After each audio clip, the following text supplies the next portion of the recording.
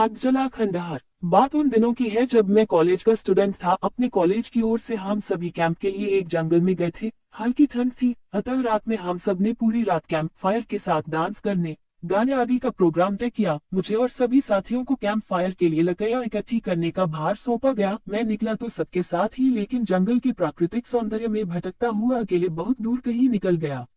अचानक आसमान बादलों से भर गया और गरज के साथ बारिश होने लगी। बादलों के लगातार गरजने से मैं पेड़ के नीचे खड़ा रहना मुनासिब न समझ आसपास किसी घर की तलाश में एक दिशा में भागने लगा। मुझे कुछ ही दूरी पर एक लाल ईंटों से बनी शानदार बिल्डिंग नजर आई। बिल्डिंग रोशनी से पूरी नहाई हुई थी और उसमें ढेर सारे लोग हैं, ऐसा दूर से ही लग रहा था। मैं तेजी से भागते हुए उस बिल्डिंग में जा घुसा और सामने से आती हुई एक खूबसूरत नर्स से टकराते टकराते बचा। नर्स ने मुझे घूर कर देखते हुए कहा, बहुत अधिक भीग गए हो, सर्दी लग जाएगी। उधर बाईं ओर एक स्टोर रूम है, वहां जाकर जो भी मिले उससे कहना सिस्टर जूलिया ने दूसरे सूखे और साफ कपड़े मुझे देने को कहा है, वो तुम्हें कपड़े दे देगा। मैं हक्का बक्का मुंह फाड़े सिस्टर जूलिया को देखता रहा। मुझे एकदम से यह समझ नहीं आया कि मैं क्या करूं। मेरी स्थिति देखकर सिस्टर जूलिया खिलखिलाकर हंस पड़ी और बोली, पहले तो तुम अपना मुंह बंद करो वरना मुंह में मच्छर घुस जाएंगे, और अब जाकर वैसा ही करो जैसा मैंने कहा है। मैं हल्के से हाथ में सर हिला सिस्टर की बताई दिशा में जाने को मुड़ गया। अभी कुछ एक 10 कदम ही चला होऊंगा कि मेरे कंधे पर किसी ने हाथ रखा। मैं चौंक कर पीछे मुड़ा और अपने सामने आर्मी की वर्दी में एक युवक को खड़ा मुस्कुराता पाया। मेरे चेहरे पर आश्चर्य का बादल अपना घर बना चुका था, जिसे देखते ही उस युवक को हंसी आ गई। उसने धीमे किंतु दृढ़ स्वर में कहा, मैं कैप्टन विनोद हूँ और यह हमारे देश की आर्मी का हॉस्पिटल है। कैप्टन विनोद की बातों ने मुझे आश्वस्त किया। मैं अब धीरे धीरे सामान्य हो गया और मैंने कैप्टन विनोद को सिस्टर जूलिया की कही बातें बताई। सुनकर कैप्टन विनोद के चेहरे पर रहस्यमय मुस्कान फैल गई और वे बोले, तो सिस्टर जूलिया से भी मिल चुके? जी, क्या मतलब है आपका? कुछ नहीं, चलो मैं तुम्हें सूखे कपड़े देता हूँ, चेंज कर लो, नहीं तो सच में सर्दी लग जाएगी। और मैं कैप्टन विनोद के पीछे पीछे एक बड़े से कमरे में पहुंच गया। कमरे के चारों ओर हरे रंग के पर्दे लगे हुए थे। एक और एक बड़ा सा बेड पड़ा हुआ था और उसके सामने एक सोफा था। बीच में एक टेबल था जिस पर 2 गिलास, एक बड़ी बोतल ब्रांडी की और 1 या 2 पत्रिकाएं पड़ी हुई थी। कमरे के एक कोने में एक बड़ी सी अलमारी थी, जिसमें से कैप्टन विनोद ने एक आसमानी रंग का कुर्ता पायजामा निकालकर मुझे दिया और कमरे से लगे बाथरूम की ओर इशारा किया। मैं बाथरूम से कपड़े चेंज कर जैसे ही निकलने लगा, मेरी नजर बाथरूम की एक दीवार पर पड़ी। वह खून के छींटों से भारी हुई थी। ये देखकर मैं घबरा गया और जल्दी से बाहर निकलने को मुड़ा कि बाथरूम में लगे आईने में खुद को ही देखकर चौंक गया। आईने में मेरा पूरा शरीर तो नजर आ रहा था, लेकिन मेरे शरीर पर से मेरा सर गायब था।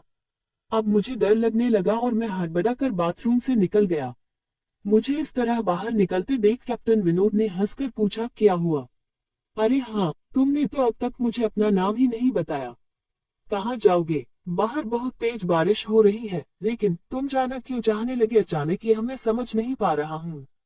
कैप्टन विनोद, आपकी बाथरूम की एक दीवार पूरी खून के छींटों से भरी हुई है, और आपके बाथरूम में लगा आईना भी कुछ अजीब सा है। उसमें मुझे मेरा पूरा शरीर तो दिखाई दिया, लेकिन मेरा सर ही गायब था। मैं अब बिल्कुल भी नहीं रुकूंगा, यहाँ बारिश में ही भीगता हुआ अपने कैंप तक जाऊंगा।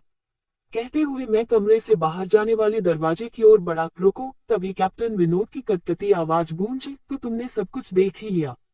जी, क्या मतलब है आपका? मेरी आवाज में डर भर गया था। मतलब चाहे जो हो, तुम तब तक यहाँ से नहीं जा सकते जब तक मैं तुम्हें कुछ बता ना दूं। काका, क्या बताना चाहते हैं आप? जो आज तक कोई न जान सका। जो आज तक कोई न जान सका वह मैं जानकर क्या करूंगा? प्लीज, अब मुझे जाने दें। मैं डर से रुआसा हो गया। नहीं, बिल्कुल भी नहीं, और तुम्हें मुझसे डरने की भी कोई जरूरत नहीं। सैनिक सबकी रक्षा के लिए होते हैं, मैं भी तुम्हारी सुरक्षा ही कर रहा हूँ। कैप्टन विनोद के स्वर में कोमलता थी। आओ मेरे साथ इस सोफे पर बैठ जाओ, मैं तुम्हें एक कहानी सुनाता हूँ। कहानी खत्म होते ही मैं तुम्हें तुम्हारे कैंप तक जीप से छोड़ आऊंगा। वैसे भी तुम अपने साथियों से काफी आगे निकल आए हो, वहां तक तुम अब चलते हुए शायद पहुंच ना पाओ।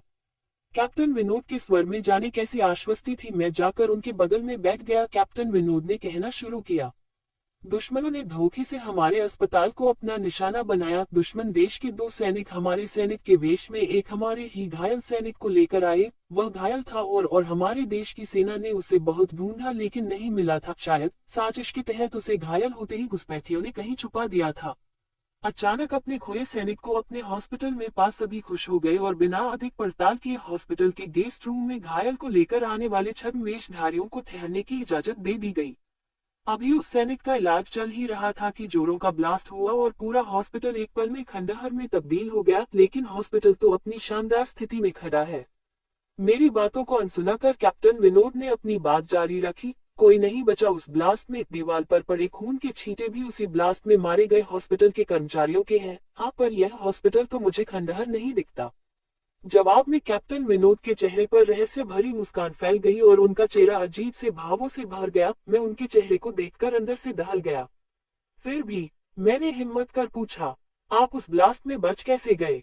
सुनते ही कैप्टन विनोद ठहाका लगाकर हंस पड़े और मुझ पर एक भरपूर नजर डालते हुए कहा, ये कहानी आज से मात्र 10 वर्ष पहले की है और मैं तो आज से 50 वर्ष पहले मर चुका हूँ। इसके आगे उन्होंने क्या कहा मुझे कुछ नहीं मालूम। चेहरे पर गीलेपन का एहसास जब काफी हुआ तो मैं जैसे नींद से जागा। मुझे घेरे हुए मेरे सभी सहपाठी और टीचर खड़े थे। मेरे आंख खोलते ही मेरे सर ने कहा, थैंक गॉड, तुम्हें होश आ गया। तो क्या मैं बेहोश था? हाँ, तुम जंगल में जाने कहाँ भटक गए थे। जब सभी लौट आए और तुम नहीं आए तो हम सभी मिलकर तुम्हें ढूंढने निकले। काफी दूर जाने के बाद हमने एक जीप आती दिखाई दी जिसमें एक आर्मी मैन तुम्हें पीछे की सीट पर सुलाए हुए हमारे कैंप को ढूंढते हुए आ रहे थे। उन्होंने हम सबको भी अपनी जीप पर बिठाया और कैंप तक छोड़ा। हमने उन्हें काफी रोकने की कोशिश की लेकिन वे ये कहते हुए चले गए, अभी नहीं रोक सकता, एक जरूरी काम है। जब हमने तुम्हारे बेहोश जाने और उन तक तुम्हारे पहुंचने के बारे में पूछा तो बोले सोमेश ही बताएगा और जो भी बताएगा वह सब अक्षरश सच होगा। सबकी उत्सुक निगाहें अपनी ओर लगी देख मैंने धीमे स्वर में पूछा, जो क्या उनका नाम कैप्टन विनोद था? सर ने हाँ में सर हिलाया। मैंने सबको उधर चलने को कहा जिधर से सबने जीप आती देखी थी। पहले तो सर तैयार नहीं हुए लेकिन मेरे बहुत कहने पर वे राजी हो गए। सुबह होते ही हम उधर की ओर गए। मैं उस जगह पर पहुंचकर गहरे आश्चर्य में डूब गया। वहां एक अधजला खंडहर था जिसके एक